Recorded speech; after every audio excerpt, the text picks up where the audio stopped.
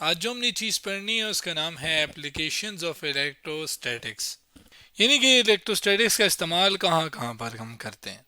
Electrostatics की अगर पहले मैं बात करूं तो इलेक्ट्रो मीन चार्ज, जबकि स्टैटिक रेस्ट के लिए, यानी कि ऐसी स्टडी या स्टडी ऑफ इलेक्ट्रिक चार्जेस जो कि रेस्ट पर हों उसको हम इलेक्ट्रोस्टैटिक्स कहते हैं। जैसे कि अगर फर्ज करें यहाँ पर एक पॉजिटिव चार्ज पड़ा है और यहाँ पर एक साथ नेगेटिव चार्ज पड़ा है, दोनों रेस्ट पे हैं, रुके हुए हैं, तो ये दोनों एक दूसरे के ऊपर एक फोर्स लगाते हैं। ज़ाहिर है ऑपोजिट चार्जेस हैं, तो ये दोनों को क्या करें, एक दूसरे को ये क्या करेंगे, अट्रैक्ट करेंगे। सेम चार्जेस हुए यहाँ पर तो वो दोनों एक दूसरे को रिपेल करते हैं। तो ये इसका जो इस्तेमाल है अब हम डिफरेंट एप्लीकेशंस में करेंगे, जिसमें आज जो डिटेल हमने पढ़नी है वो दो एप्लीकेशंस हैं। वो हैं इलेक्ट्रोस्टैटिक प्रेसिपिटेटर की, जिसको शॉर्ट फॉर्म में ईएसपी भी कहते हैं, जबकि दूसरी जो एप्लीकेशन है वो है इलेक्ट्रिकल ब्रेकडाउन की। दोनों क्या हैं उसमें मैं अगर पहले इलेक्ट्रोस्टैटिक प्रेसिपिटेटर का बताऊं तो ये इस तरह करके एक डिवाइस होती है, लेकिन उस डिवाइस का इस्तेमाल किस लिए किया जाता है ये मैं यहाँ पर लिख देता हूँ कि ये एक ऐसी डिवाइस है जिसके बारे में मैंने लिखा है, जिसको मैं पढ़ देता हूँ।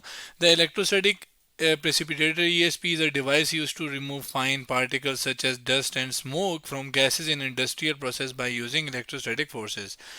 इलेक्ट्रोस्टैटिक प्रेसिपिटेटर एक ऐसी डिवाइस है जिसका इस्तेमाल किया जाता है कि जो डस्ट पार्टिकल्स हैं, यानी आप एक एयर हवा है उसके अंदर जो डस्ट पार्टिकल्स हैं या स्मोक है जो कि इंडस्ट्रियल प्रोसेस के अंदर काम हमारा नहीं आता, तो उन गैसेस से जो डस्ट पार्टिकल है, स्मोक है, उनको हटाने के लिए इस डिवाइस का इस्तेमाल किया जाता है, जिसको शॉर्ट फॉर्म में ईएसपी कहते हैं। फुल फॉर्म इलेक्ट्रोस्टैटिक प्रेसिपिटेटर है, जिसके अंदर इलेक्ट्रोस्टैटिक फोर्सेस का इस्तेमाल किया जाता है। ये जो पॉजिटिव इस नेगेटिव को अट्रैक्ट करेगा ना अपनी तरफ, तो ये जिस फोर्स के साथ करेगा उसको हम इलेक्ट्रोस्टैटिक फोर्सेस, यानी वो फोर्सेस जो दो चार्जेस जो कि रेस्ट पे पड़े हैं उनके दरमियान होती है।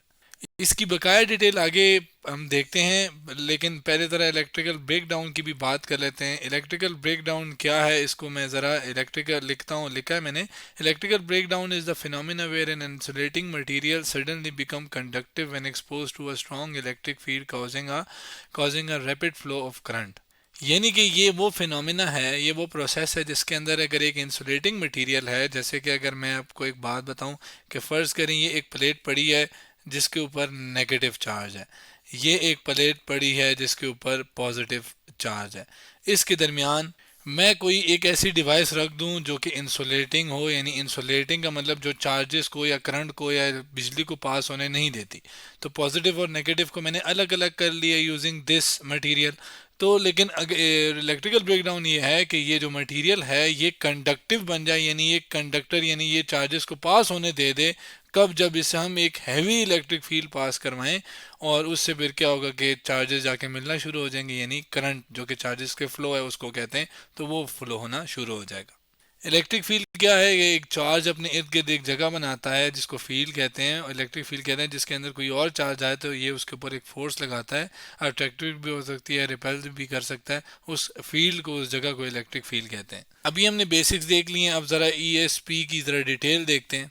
इलेक्ट्रोस्टैटिक प्रेसिपिटेटर की अगर मैं अंदर की स्ट्रक्चर की बात करूं तो फिर मैं आपको एक एनिमेशन की तरफ लेके चलता हूं, जो कि मैंने यूट्यूब के चैनल वेक्टर सॉल्यूशन इंडस्ट्रियल से उठाई है, और इसका वीडियो का नाम है इलेक्ट्रोस्टैटिक प्रेसिपिटेटर। इसके अंदर अगर आप देखें तो ये वही मशीन है, वही इलेक्ट्रोस्टैटिक ईएसपी है जो कि हम टाइटल वाली तस्वीर में दिखाई थी। अगर मैं इसके अंदर इंटरनल स्ट्रक्चर की बात करूं तो इसके अंदर क्या है कि इस तरह करके प्लेट्स होती हैं, इसके साथ साथ जो कि ग्राउंडेड होती हैं। ग्राउंडेड मतलब आप कह लें इनके ऊपर शुरू में कोई चार्ज नहीं होता। इसके साथ साथ ये जो ग्रीन कलर के आपको नज़र आ रहे हैं, ये अगर आप इसको ये अभी आगे करके दिखाए कभी, तो ये नेगेटिवली चार्ज होते हैं, ठीक है, इनको नेगेटिव चार्ज किया जाता है, जबकि ये जो ये वाले प्लेट हैं ये पॉजिटिवली चार्ज कर दी जाती हैं।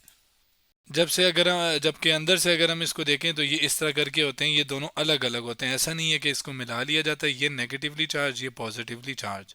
इसको मैं यहाँ पे लेबल भी कर लेता हूँ ताकि भूले ना। ये वाले जितनी प्लेट्स हैं ये सारी पॉजिटिवली चार्ज होती हैं, ग्रीन नहीं, ये जो दूसरी हैं, ठीक है। जबकि ये जो ग्रीन कलर की आपको नज़र आ रही हैं ये नेगेटिवली चार्ज हैं, और ये मेंशन भी है, यहाँ पर भी इनके ऊपर भी मेंशन है, ये देखें ये मेंशन है। ये मैं वैसे भी कर देता हूँ, ठीक है। तो ये आपके पास इस तरह है। अब जब गैस इससे गुजारी जाती है, गैस कैसे गुजारी जाती है वो भी मैं एनिमेशन से बताता हूँ। वो इससे यूं करके गुजारी जाती है। एनिमेशन में भी हम इसको देखेंगे, लेकिन जो डस्ट पार्टिकल्स हैं वो क्या होते हैं, वो इन नेगेटिव, वो बेसिकली जब इस फील्ड से गुजरते हैं ना, होता ये है कि अगर आप देखें तो मैं अगर इसको ज़रा यहाँ पे बनाऊँ, ये पॉजिटिव वाली प्लेट है, ठीक है, ये वाली, साथ ये नेगेटिव है, ठीक है। तो अगर ये पॉजिटिव है और ये नेगेटिव है, थोड़ा इसको ठीक कर लेते हैं, तो इन दोनों के दरमियान एक इलेक्ट्रिक फील्ड है जो कि पॉजिटिव से नेगेटिव है। तो जब डस्ट पार्टिकल इससे गुजरते हैं ना, तो ज़ाहिर है हवा भी होती है, आम गैस भी होती है, तो डस्ट पार्टिकल्स होते हैं वो उनके ऊपर चार्ज आता है और वो पॉजिटिव की तरफ अट्रैक्ट होते हैं, जो कि मैं एनिमेशन में दिखाता हूँ। मतलब चार्ज आने का मतलब कि वो आयनाइज हो जाते हैं, वो जो गैस के अंदर जो डस्ट पार्टिकल्स हैं ना वो आयनाइज हो जाते हैं क्योंकि उनका साइज़ बड़ा होता है, जबकि बाकी जो गैस है वो आसानी से निकल जाती है, ठीक है। और वो जब आयनाइज हो जाते हैं उनके ऊपर नेगेटिव चार्ज आता है, वो पॉजिटिव प्लेट, ये जो ये वाली प्लेट है, इसके ऊपर आ जाएंगे। इस बात को मैं एनिमेशन से दिखाता हूँ। ये वही एनिमेशन है, थोड़ी आगे करके मैं प्ले कर रहा हूँ, जिसके अंदर अगर आप देखें यूँ गैस जा रही है, तो जो पार्टिकल्स हैं वो ज़ाहिर है वो ये पॉजिटिव प्लेट है इसके ऊपर आ जाते हैं, ये आगे करके दिखाएगा भी। तो ये नेगेटिव है और जबकि ये पॉजिटिव है, तो ये आपके पास जो डस्ट पार्टिकल्स, ये जो हमें नहीं चाहिए पार्टिकल्स, बड़े पार्टिकल्स हैं और स्मोक है, वो सारी फिर इधर आ जाएगी, जबकि जो हवा है वो आसानी से निकल जाएगी। और यूँ आपके पास एक फ्रेश एयर, या आप कह लें एक किस्म की फ़िल्टर वाली चीज़ ये हमारे पास मिल गई, या फिल्टर हमने कर लिया किसको, गैस को, जो डस्टी थी, जो स्मोक की थी। तो इसके अंदर अगर आप देखें तो वर्किंग प्रिंसिपल क्या था, क्या वर्किंग प्रिंसिपल था, क्या हमारे पास जब गैस गुजर रही थी तो वो आयनाइज हो गई थी, तो हमने, तो वो आयनाइज जो गैस थी वो किसके साथ चिपक गई, वो पॉजिटिव चार्ज के साथ चिपक गई। क्यों पॉजिटिव के साथ चिपक गई? क्योंकि हमने इलेक्ट्रोस्टैटिक के अंदर ये पढ़ा है कि जब ऑपोजिटली चार्ज होते हैं तो वो एक दूसरे को अट्रैक्ट करते हैं, यानी ये एक इलेक्ट्रोस्टैटिक की एप्लीकेशन थी जो कि हमने इस्तेमाल की और गैस को फिल्टर कर लिया। तो इसका वर्किंग प्रिंसिपल क्या था? वो था इलेक्ट्रोस्टैटिक फोर्स, जिस जो कि बेसिक ऑफ इलेक्ट्रोस्टैटिक्स है, आप कह लें, या इलेक्ट्रोस्टैटिक भी कह सकते हैं। तो इलेक्ट्रोस्टैटिक्स फोर्स जो कि बेसिकली क्या कर रही है, आपके पास गैस को फिल्टर कर रही है। अब बात करते हैं इलेक्ट्रिकल ब्रेकडाउन की। इसकी पहले एक एनिमेशन दिखाता हूँ बड़ी दिलचस्प, और उससे समझ आएगी कि इलेक्ट्रिकल ब्रेकडाउन है क्या। ये एनिमेशन में MITx वीडियोस के नाम से जो चैनल है वहाँ से दिखा रहा हूँ, ब्रेक डाउन ऑफ एयर इसका नाम है। इसके अंदर अगर आप देखें तो ये एक सफ़ेयर है, बड़ा सा बॉल है, ये एक और बॉल है और इसके साथ एक रॉड है जो कि इस बंदे के हाथ में। अब मैं आपको पहले से एक चीज़ बता दूँ इसके अंदर, वो ये कि यहाँ पर मैं इसको लेबल कर रहा हूँ कि ये जो सफ़ेयर है ये भी चार्ज है, जबकि ये वाले भी क्या है, ये भी चार्ज है। अब इसमें कौन सा है, ये बेसिकली इसने पॉजिटिवली चार्ज किया हुआ है, जबकि ये नेगेटिवली चार्ज है, ठीक है। जबकि अगर आप बीच में ये जगह देखें, जिसको मैं यहाँ पे ज़रा ना लेबल भी कर लेता हूँ, ये वाली जगह जो येलो येलो मैंने कर दी, ये सारी जगह कौन सी है, ये ज़ाहिर है ये कौन सी है, ये एयर है, जिसको मैं लेबल भी कर लेता हूँ, ये सारी क्या है, ये एयर है, हवा है। अब ये जो चार्ज है, ये भी चार्ज है, ये दोनों एक, ज़ाहिर अगर ये पॉजिटिव है और नेगेटिव है तो ये पॉजिटिव से नेगेटिव की तरफ एक इलेक्ट्रिक फील्ड बना रहे हैं, ठीक है, जो कि हैवी इलेक्ट्रिक फील्ड है। हैवी कैसे कि ये एक ज़्यादा चार्ज है, ये भी ज़्यादा चार्ज है, तो एक हैवी चार्ज है, ठीक है। तो दोनों की वजह से एक हैवी इलेक्ट्रिक फील्ड है, जिसको मैं चले यहाँ पे एक करेक्शन कर लेता हूँ कि इसको आप नेगेटिव और इसको पॉजिटिव बोलते हैं, क्योंकि आगे जो बात मैं समझाऊंगा वो तभी ज़्यादा समझ आएगी, ठीक है। ये आपके पास पॉजिटिव और ये नेगेटिव है। अब यहाँ पे ज़ाहिर है अगर ऐसी बात है तो फिर इस इलेक्ट्रिक फील्ड की जो डायरेक्शन है वो फिर क्या हो जाएगी, वो ऑपोजिट हो जाएगी, वो पॉजिटिव से नेगेटिव हो जाएगी। ये मैंने करेक्ट कर दिए, पॉजिटिव और ये नेगेटिव और पॉजिटिव से नेगेटिव की तरफ, ठीक है। अब यहाँ पे होगा क्या, मैं आपको एनिमेशन से दिखाता हूँ।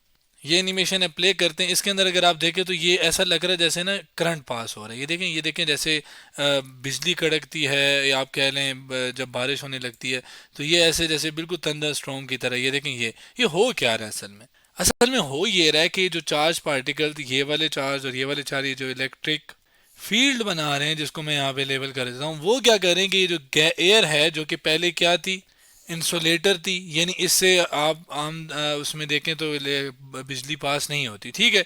लेकिन ये क्या किया, जब इलेक्ट्रिक फील्ड अप्लाई की गई तो ये जो एयर के पार्टिकल्स थे, जिसको मैं अगर ड्रॉ करूं, एयर के पार्टिकल्स थे, वो तो एयर के पार्टिकल को इस इलेक्ट्रिक फील्ड ने क्या किया, आयनाइज कर दिया। आयनाइज मतलब ये आयन बन गए। आयन मतलब अगर आप फर्ज कर लें पॉजिटिव और नेगेटिव आयन बन गए यहाँ पर, ठीक है।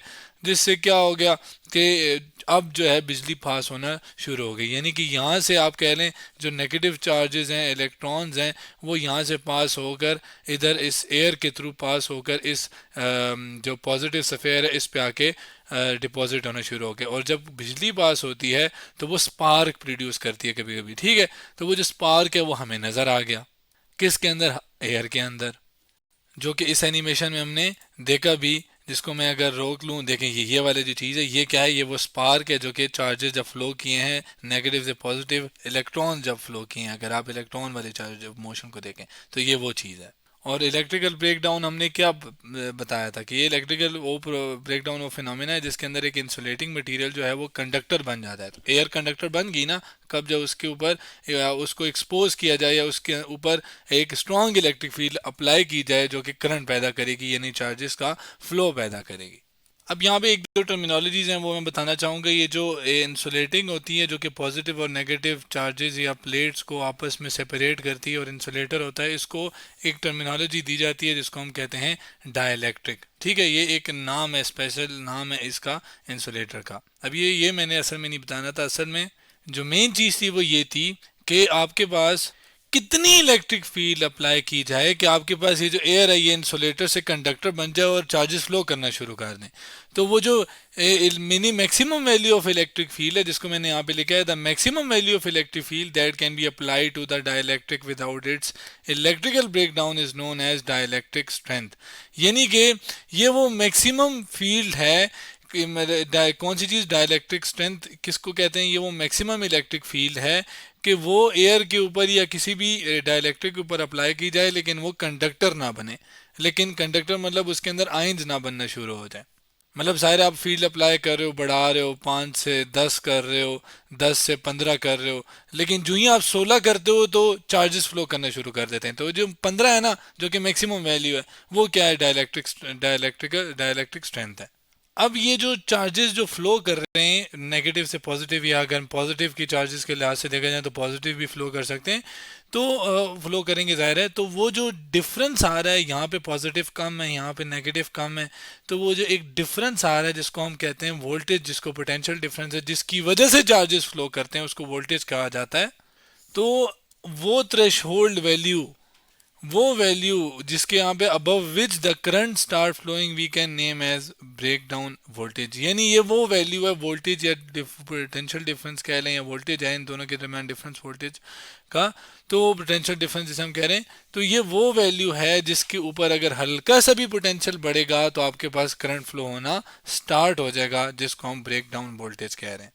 यानी अगर मैं पॉजिटिव चार्जेस इधर 5 हैं, ठीक है, फ़र्ज करें यहाँ पे, जिसको मैं अगर जस्ट 5 लिख दूँ, और यहाँ पे 5 नेगेटिव हैं, लेकिन चार्जेस अभी फ्लो नहीं करे, इलेक्ट्रिक फील्ड उसकी उतनी वैल्यू नहीं है।